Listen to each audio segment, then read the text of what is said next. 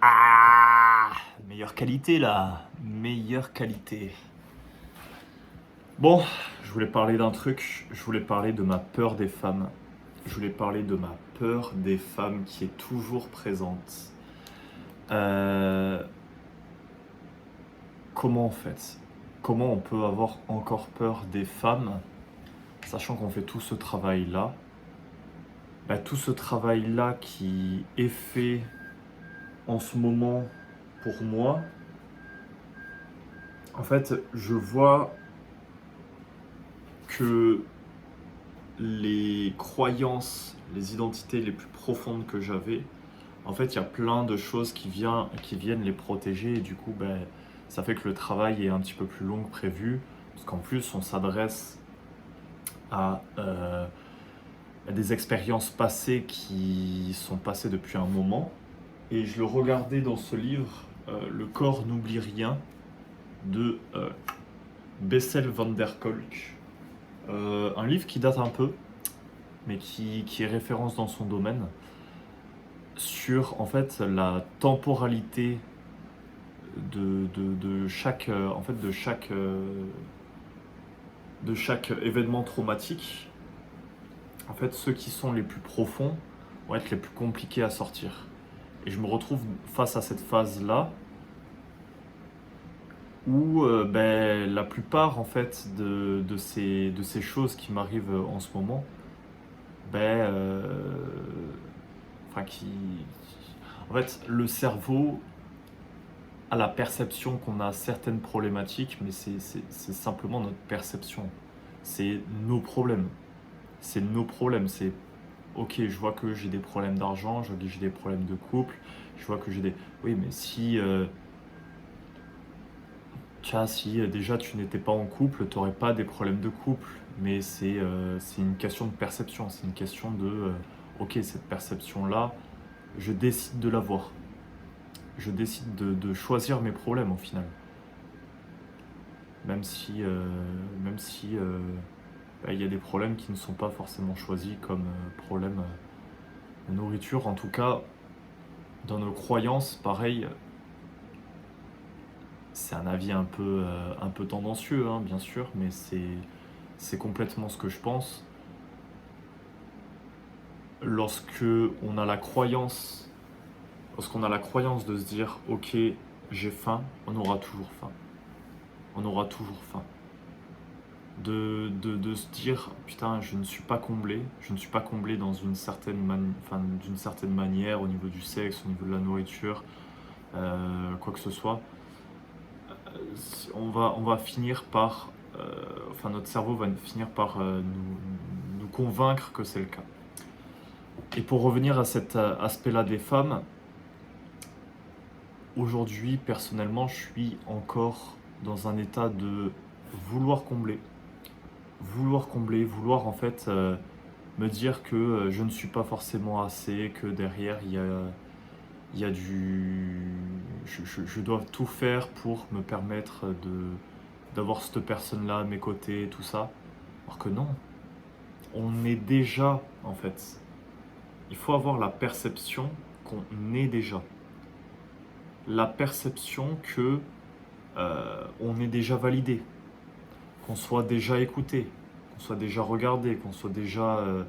que tous nos besoins, en fait, nos besoins d'être humain, donc qui sont l'affection, l'amour, l'attention, la sécurité, la compréhension, la liberté, l'existence. L'existence, le fait d'exister au monde. Il peut y en avoir d'autres, on peut en rajouter, mais c'est les principaux. Et sur ces principaux-là, en fait, ce qui est vraiment intéressant à comprendre, c'est que en fait, ça vient des autres pour nous.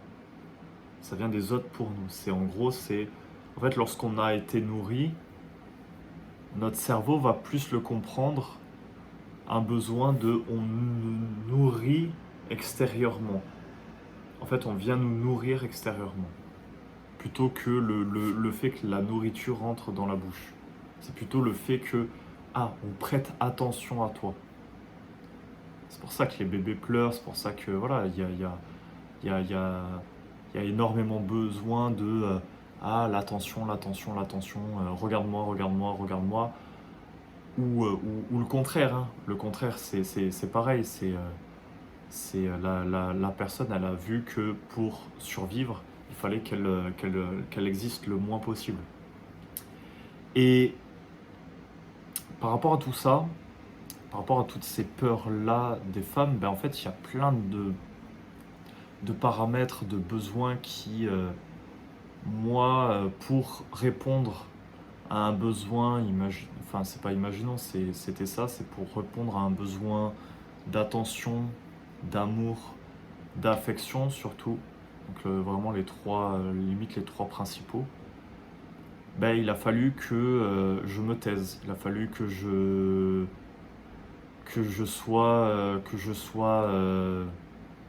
enfin que j'aille chercher cet amour-là, que je sois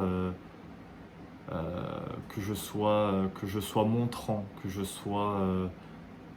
que c'est moi qui aille chercher, enfin qui fasse les efforts et que l'autre ne le fasse pas non plus. Et en fait, je me suis retrouvé du coup dans une dynamique. Mais chaque dynamique de couple ou avec la relation de l'autre sexe, ben, je me confrontais à cette, euh, à cette chose-là qui était que je ne suis pas assez. Surtout pour le sexe opposé. Pour le même sexe, en fait, c'est des relations qui sont différentes. Et comme tout le monde, hein, on a toujours une relation au sexe opposé, une relation au même sexe qui sont différentes les unes des autres. On peut avoir très bien l'un sans l'autre, l'autre sans l'un, les deux ou sans les deux. En tout cas, pour une personne qui a été traumatisée comme moi euh, durant toute mon enfance, à l'idée en fait, enfin, il y a énormément de choses qui n'allaient pas. Il y a énormément de choses qui n'allaient pas. Euh, En fait, on venait me faire comprendre que je n'existais pas. Voilà, c'est ça. C'est beaucoup ce truc-là de tu n'existes pas et même tu n'existes pas sans moi. Et du coup, dans ma manière de fonctionner, c'est ok, déjà je ne suis pas libre, je ne suis pas libre de faire mes choix, je ne suis pas libre d'être, tout simplement, d'être. Euh, de prendre de la voix. Enfin, je sais que ma voix, par exemple, en faisant ce travail-là, a énormément changé. Elle a pris énormément de place, comme le corps qui était tout chétif, tout fin avant. Et, et même en allant, en faisant du sport et tout ça, enfin, aujourd'hui, genre en mode j'ai une taille de bête de shape, alors que je fais, et ça va être l'objet d'une prochaine vidéo, ça fait 1 an que j'ai pas fait de sport. 1 an, j'ai pas fait de sport. Il y a 1 an, j'ai pas cassé le muscle. C'est une dinguerie. Enfin bref, pour dire que si votre mental va vous faire correspondre le corps et les actions, tout part du mental. Voilà, vous allez vous identifier en fait. Le corps va s'identifier à vous, à votre, à votre, à votre, à votre corps, enfin à votre tête. D'ailleurs, c'est un sujet que je vais travailler là-dessus, c'est l'épigénétique. C'est le fait de pouvoir changer en réalité ces gènes, pas forcément comme ça, parce que bah, du coup il faut le travail bah, sur l'inconscient que j'ai fait et que d'autres ont fait aussi. Et c'est là où on change réellement les choses. C'est là où on change réellement les choses. Et bah, par rapport à cette peur-là des femmes, aujourd'hui, enfin, pour ma part, ça se concrétise dans pas mal de choses en fait. Il y a, euh, il y a eu du déblocage. Il y a eu du déblocage, je vais pas dire le contraire, mais ça encore. En fait, j'ai pas atteint mon plein potentiel à ce niveau. J'ai pas encore atteint mon plein potentiel à ce niveau Et comme tout le monde, hein, comme tout le monde, sauf que il y a des actions que j'aimerais bien faire et que je m'empêche de les faire. Mais je vois que en fait, c'est une question d'énergie donnée. C'est-à-dire que là aujourd'hui, l'énergie que j'ai à donner à aller voir par exemple une femme dans la rue ou à concrétiser un petit peu la chose, enfin à la rigueur, concrétiser, c'est pas forcément le truc, c'est plus sur tout le processus. En fait, tout le processus c'est à peu près ok, sauf le début. Le début où je suis à la recherche de cette validation, je suis à la recherche de ce regard, ce petit sourire, ce truc-là qui va me faire dire ok Quentin, c'est bon, tu peux y aller. Et ce truc-là, quand j'y pense, c'est, il n'y a que ça et c'est seulement de la validation. Par contre, du coup, si je reprends l'exemple que j'ai pris tout à l'heure, c'est validation, c'est le point central, sauf que vous avez plein de choses qui viennent confirmer cette non-validation par le corps. C'est le corps qui vous dit je suis validé ou je ne le suis pas. Et juste en termes de vous le sentez en fait. C'est lorsque vous vous reconnectez au corps, vous sentez si cette identité-là est perçue comme négative ou positive. Enfin bref. Et du coup, en fait, là, ce que je suis en train de faire, du coup, c'est d'aller travailler les sides, vraiment les identités, en fait, qui permettent de rendre le noyau fort. Et c'est du travail surtout comme comment en fait durant une enfance on te répète 125 000 fois les mêmes choses au final et 125 000 fois, peut-être pas 125 000 fois mais 25 000 fois au moins c'est clairement le propos, c'est clairement le sujet et ça rentre dans ta tête en mode ok, si je fais ça, il va y avoir des conséquences. Loi de cause à effet, il va forcément arriver un truc. Et le cerveau, il est super intelligent, il va se dire danger là, ok, je peux pas. Je peux pas aller voir une femme alors elle m'a pas fait ce regard-là, ce sourire-là, cette acceptation-là. Et même si il y a tout ça, est-ce que du coup quand je vais lui parler, est-ce qu'il y aura toujours cette validation? Enfin bref, c'est assez dur. C'est assez dur quand on part de là.